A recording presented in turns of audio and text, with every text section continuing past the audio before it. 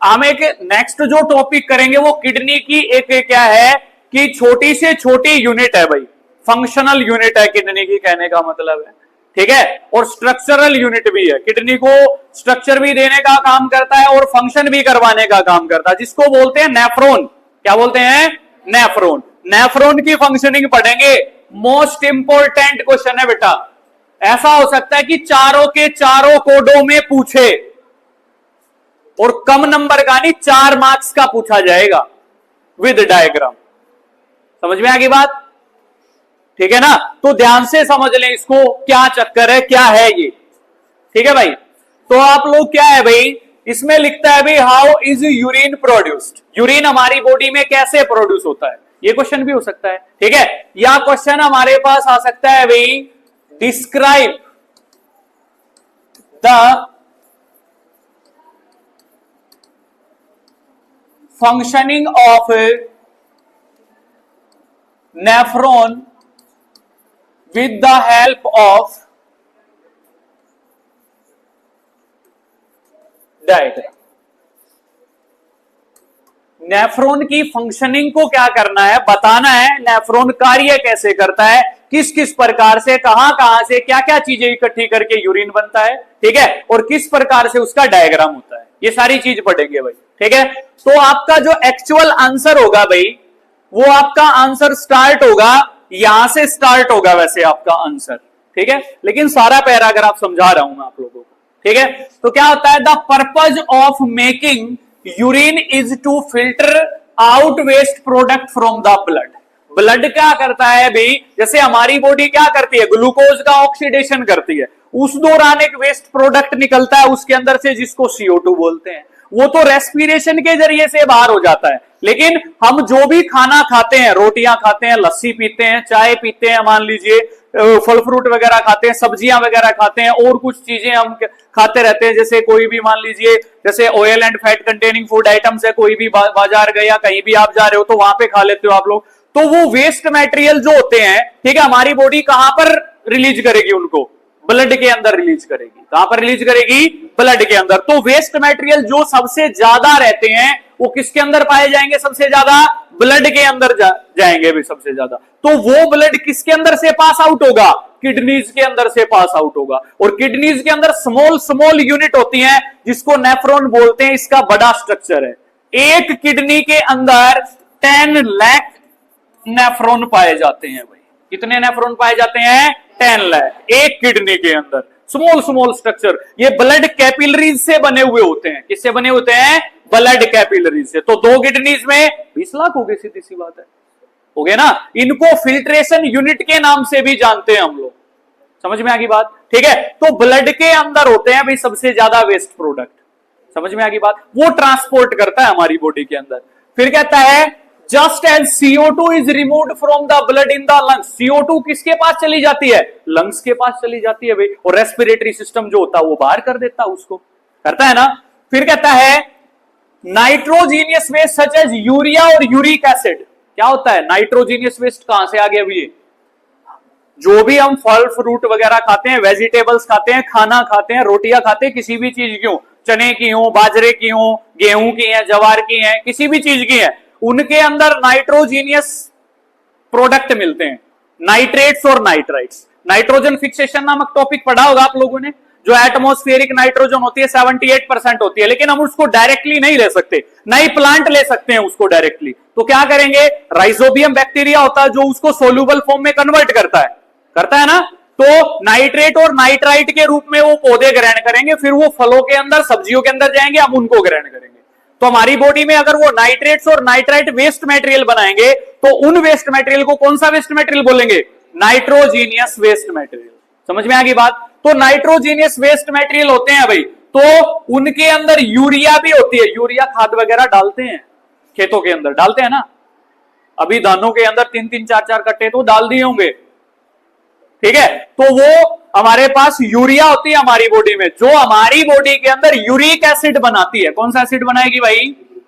Uric acid बनाएगी। कौन सा एसिड बनेगा? यूरिक। अगर बाई चांस हमारी किडनीज फेल्योर हो जाएं तो हमारी बॉडी को सबसे बड़ा खतरा हो सकता है। क्यों? क्योंकि वो यूरिक एसिड जो पास आउट हो जाना चाहिए हमारी बॉडी से, ठीक है, एक्सक्रेटरी सिस्टम के जरिए से, वो हमारी बॉडी में एक्यूमुलेट्स होने लग जाएगा, जमा होने लग जाएगा, जिससे हमारे पैरों के अंदर सूजन आने लग जाएगी यूरिक एसिड बढ़ने की वजह से, हाथों पे मुंह पे सूजन आ जाएगी, ठीक है। सबसे बड़ा खतरा होता है कि वो अगर ऐसा ही कुछ चलता रहा तो हमारा ब्लड प्योरीफाई नहीं होगा, अच्छे सब्सटेंसेस अंदर जाएंगे ही नहीं, यूज होंगे ही नहीं, होंगे नहीं तो एट लास्ट राम नाम सत्य होना है हमारा, एम आई राइट? ठीक है भाई, तो इनको वेस्ट मटेरियल को जरूरी होता है कि हम लोग क्या कर दें, रिमूव कर दें। समझ में आ गई बात? तो इनको रिमूव करने के लिए किडनीज का सबसे ज्यादा फंक्शन करना बहुत ही ज्यादा जरूरी है भाई, समझ रहे हो बात को? तो ये यूरिक एसिड के रूप में जो यूरिन बनता है भाई हमारी बॉडी के अंदर, ठीक है, उसके अंदर यूरिया पाई जाती है जिससे यूरिक एसिड बनता है भाई, मेनली यही होते हैं, ठीक है, और अदर इनसोल्यूबल सब्सटेंस भी हो सकते हैं जो उसके अंदर नहीं घुलते भाई, ठीक है। फिर कहता है are removed from the blood in the kidneys, kidneys के अंदर जाकर के उनको क्या करता है, नेफ्रॉन की सहायता से रिमूव किया जाता है भाई, ठीक है। It is then no surprise that, इसमें कोई हैरान होने वाली बात नहीं है, समझ में आ गई बात? अभी नेफ्रॉन का आंसर शुरू होगा यहां से, द से, ठीक है।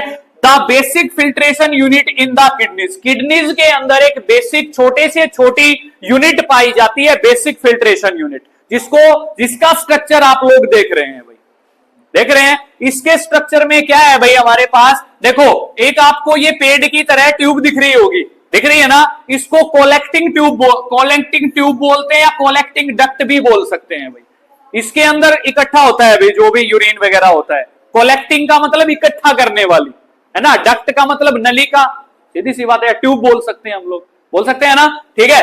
फिर हमारे पास क्या है भाई, ये जो जितनी भी आपको देखो ये रेड कलर की, नीले नीले कलर की जो भी दिखाई दे रही है, ये कैपिलरीज है भाई, क्या है भाई, ये कैपिलरीज। तो हमारे पास कौन सी, ये नीले कलर वाली है भाई, ब्रांच ऑफ रीनल वेन, किसकी है भाई, ब्रांच ऑफ रीनल वेन, ठीक है भाई। और जो ये रेड कलर वाली है ये किसकी है भाई, ब्रांच ऑफ रीनल आर्टरी, किसकी है भाई, ब्रांच ऑफ रीनल आर्टरी भी हमारे पास, ठीक है। एक आपको ये छलनी लाइक स्ट्रक्चर दिख रहा होगा, सीव टाइप, जैसे छलनी का काम करते हो आप लोग, चाय वगैरह छानने का काम करते हो ना, ठीक है, उसी वजह से एक ये स्ट्रक्चर होता है जिसको बोमेन कैप्सूल बोलते हैं भाई, क्या बोलते हैं, बोमेन कैप्सूल, ये हमारी बॉडी के अंदर होता है, ठीक है, किडनीज के अंदर। फिर कहता है भाई इसके अंदर जो छोटे छोटे छिद्र आप लोगों को दिखाई दे रहे हैं ना, इनको ग्लूमरस बोलते हैं भाई, क्या बोलते हैं इनको, ग्लूमरस, ठीक है। फिर जितनी भी ये क्या है, ये जो तिरछी टेढ़ी वगैरह क्या है, इनके अंदर क्या है, जितने भी मोड है, ठीक है, इनको बोलते हैं tubular part of A nephron, क्या बोलते हैं अभी इनको, ट्यूबुलर पार्ट ऑफ नेफ्रॉन। और जो ये नेफ्रॉन होता है एक कप शेप्ड आकृति में होता है अभी, कैसी शेप होती है इसकी, कप शेप्ड, जैसे जो आपके घरों में कप होता है, ठीक है, इस प्रकार से होती है कुछ, ठीक है। तो इसके पार्ट क्लियर है भाई ये सारे के सारे, ठीक है। फिर इसमें कहता है कि ये एक किडनीज की क्या है, फिल्ट्रेशन यूनिट है, फिल्ट्रेशन मतलब किसी चीज को शुद्ध करने का वो है भाई, यूनिट है, ठीक है। तो इसके अंदर क्या कहता है आगे कि यहां से है भाई, is a cluster of very thin walled blood capillaries, किसका बना हुआ होता है, मैंने बताया था, क्लस्टर मीन्स होता है गुच्छा, क्लस्टर मीन्स क्या होता है, गुच्छा, is a cluster of very thin walled blood capillaries, thin walled जो कैपिलरीज होती हैं उनका गुच्छा होता है भाई, एक गुच्छा टाइप ही है भाई, ठीक है। फिर कहता है each capillary cluster in the kidney, हर एक जो कैपिलरी क्लस्टर है किडनीज के अंदर, is associated with cup shaped end, उसका एंड जो होता है वो कैसी आकार का होता है, कैसी आकृति होती है उसकी, कप के शेप की होती है भाई, होती है ना, ठीक है। फिर कहता है of A coiled tube called Bowman capsule, last में हमारे पास एक क्वाइल के रूप में आ जाता है, देखो यहां से ये इसके साथ जुड़ के ये क्या तिरछी मेढ़ी, ये कप के जैसी आकृति है, और लास्ट में ये जहां पर छूटता है इसको क्या बोलते हैं, एक एंड को बोमेन कैप्सूल बोलते हैं भाई, ठीक है। फिर कहता है that collects the filtrate, filtrate मतलब है वहां से बोमेन कैप्सूल से कलेक्ट करने का काम करता है, और उन नलिकाओं के जरिए से, कौन सी नलिकाओं के जरिए से, यहां से वो छन्ना चालू होता है, इन नलिकाओं के जरिए से ऐसे करके इस कलेक्टिंग ट्यूब में वो क्या हो जाता है, जमा हो जाता है भाई, समझ में आ गई बात।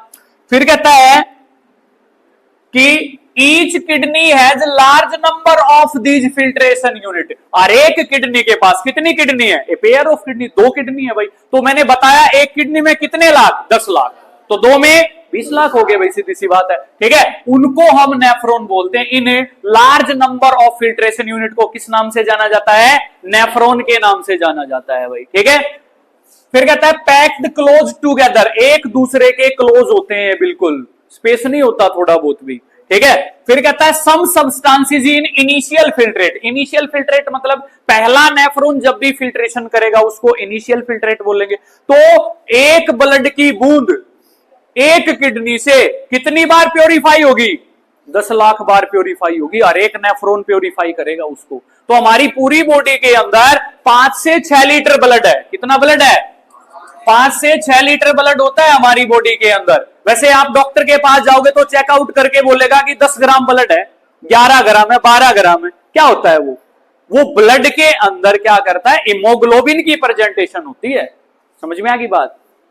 क्लियर है? तो हेमोग्लोबिन की क्वांटिटी बताता है वो, लेकिन जो लिक्विड मटेरियल होता है, प्लाज्मा वगैरह जो भी कुछ है हमारे ब्लड के अंदर, ठीक है, वो सारा टोटल मिला के 5 से 6 लीटर होता है हमारी बॉडी के अंदर। तभी वो सब्सटेंसेस को क्या कर पाता है? ट्रांसपोर्ट कर पाता है। समझ में आ रही है बात? ठीक है भाई।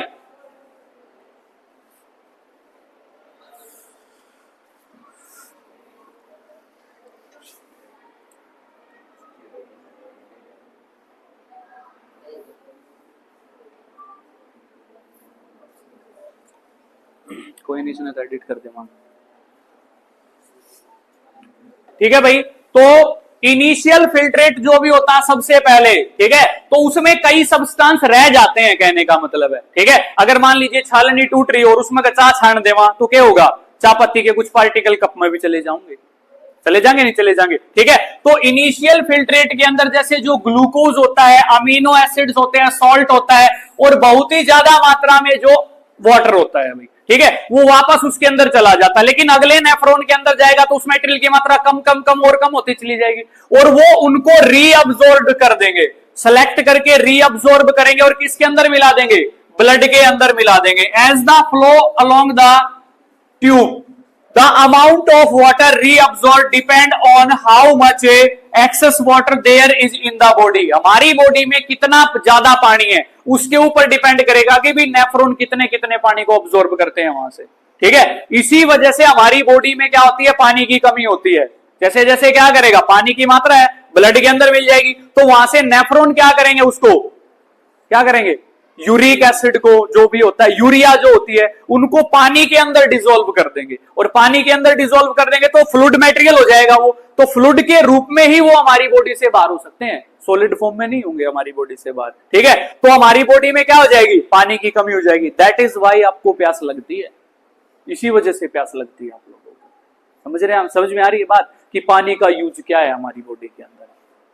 क्लियर है भाई इतना? ठीक है, तो पानी की मात्रा के ऊपर डिपेंड करेगा भाई हमारे पास। ठीक है, and on how much of dissolved waste there is to be excrete, कितना वेस्ट मटेरियल है, यूरिया कितनी है, यूरिक एसिड कितना है, उसके हिसाब से भी पानी को यूज कर सकता है। अगर यूरिया या यूरिक एसिड ज्यादा है तो पानी ज्यादा से ज्यादा पीना पड़ेगा आप लोगों को, ज्यादा से ज्यादा यूज होगा आपकी बॉडी के अंदर। समझ में आ रही बात? फिर कहता है भाई द यूरिन फॉर्मिंग, मतलब यहां से क्या है भाई?